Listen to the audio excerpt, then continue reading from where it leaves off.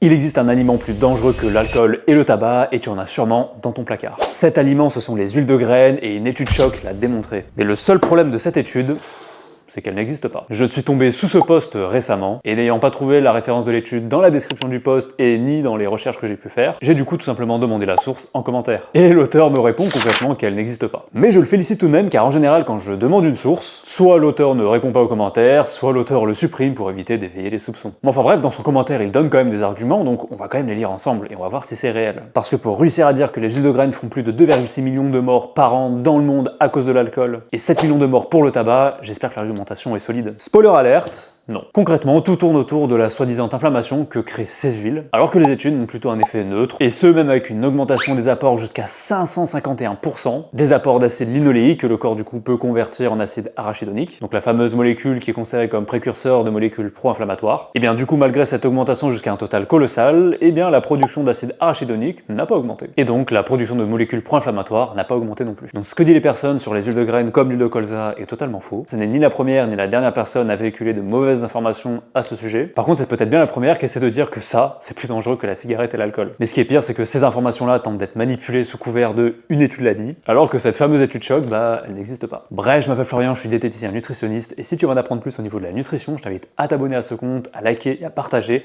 ça soutient aussi de mon côté.